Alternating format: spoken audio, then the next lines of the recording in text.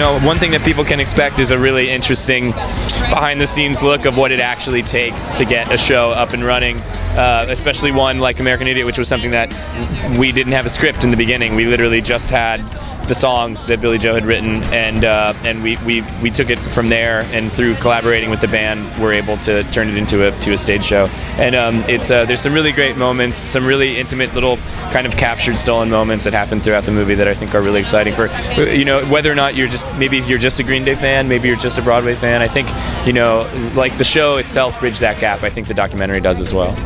It's obviously very, very nostalgic and sort of mind-blowing to think back to that process, and certainly how lucky I feel to have been a part of that process. But I also think that Doug has, with Billy, really told a very meaningful and emotional tale. The fact that Green Day embraced musical theater in the way that they did, and we all made this together, and to watch that process and how they came to really love the theater community, and the theater community loved them right back. You can come at this as a Green Day fan and get to spend time with Billy Joe Armstrong in what was a really important part of his life. I mean, something that he says is one of the most important things that ever happened for him.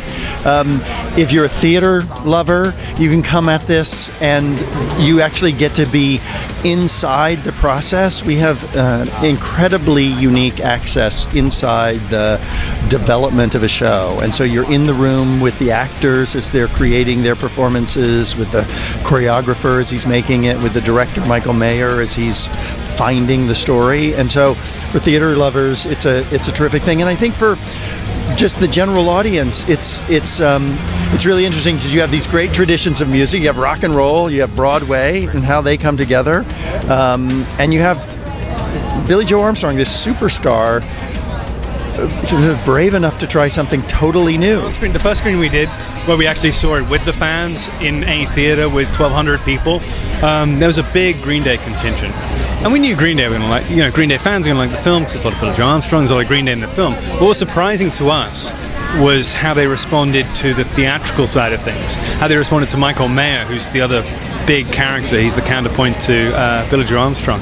And that was wild to see. You know, they found him funny. They laughed at all these moments you didn't expect him to laugh at. So we knew that, you know, Green Day fans are going to enjoy this film. But how they reacted to the theater side of things was really interesting.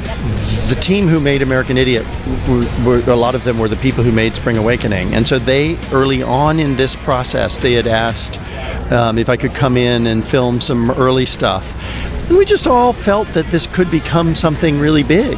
This is the film we started making, was how do you take this Broadway, this amazing iconic album and put it on Broadway, and how, you know, Tom Kitt reorchestrates it is astonishing.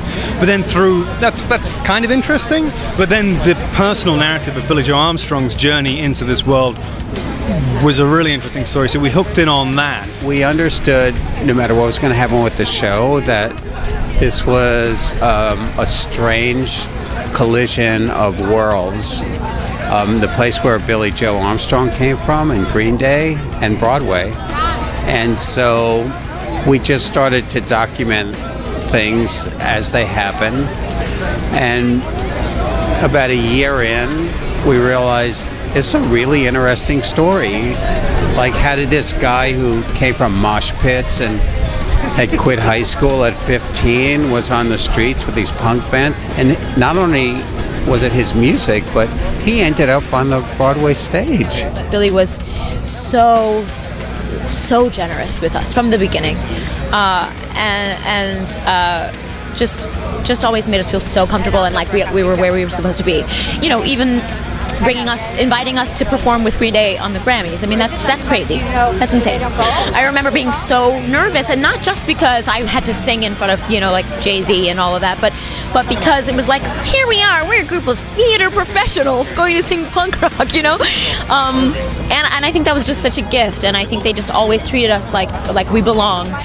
And so to see this world famous rock star have a new experience, like go through something he'd never been through before and be there for it and be a part of it, and have him be like, oh, actually this is something cool that I've never done before, and you guys already know what you're doing in comparison to me, and I want to be a part of it.